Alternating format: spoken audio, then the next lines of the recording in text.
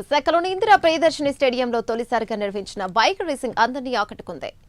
MRF మ్రోగిన్ super cross ఎఫ్ఎంఎన్సీఐ 2025 పేరిట ఈ racing ను ఏర్పాటు చేశారు. ఈ రేసులో సుమారు 100 నుంచి 150 మందికి పైగా పాల్గొన్నారు. వివిధ దేశాల నుంచి స్టంట్ రైడర్స్ ఇందులో పాల్గొన్నారు. ఇక ఈ రేసును వీక్షించడానికి పెద్ద ఎత్తున స్థానికులు తరలివచ్చారు. స్టేడియంలోని గ్యాలరీలని అభిమానులతో నిండిపోయాయి.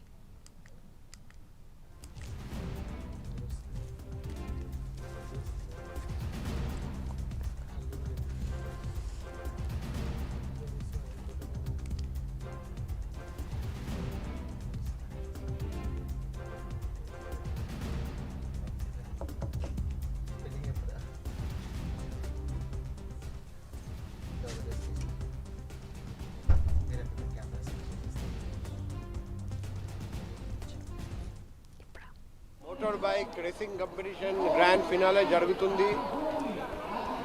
దాదాపు 10,000 మంది వచ్చారని చూస్తున్నాం.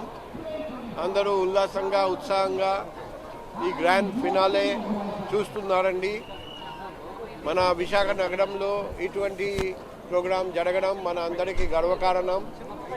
మన ఆంధ్రప్రదేశ్ రాష్ట్రంలో మొట్టమొదటిసారిగా ఇటువంటి కాంపిటీషన్ పోటీ జరగడం మన రాష్ట్రానికి గర్వకారణం.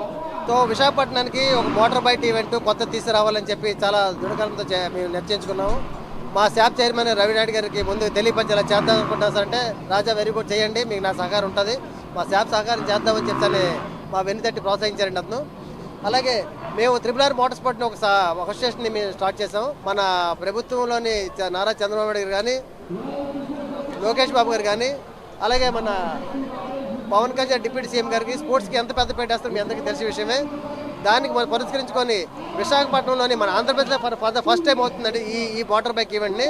ఈ మోటార్ బైక్ తీసుకురావడానికి ఎప్పుడో లాస్ట్ నవంబర్లో చేద్దాం అనుకున్నాము. But due to cyclones post phone and ఈరోజు మళ్ళీ చేయగలుగుతారండి మన దీనిగాను. సో దీనికి వచ్చిన విచ్చేసిన మా స్పోర్ట్స్ మినిస్టర్ గారు రామప్రసాద్ రెడ్డి గారికి, అలాగే మా విఎంఆర్డీఏ చైర్మన్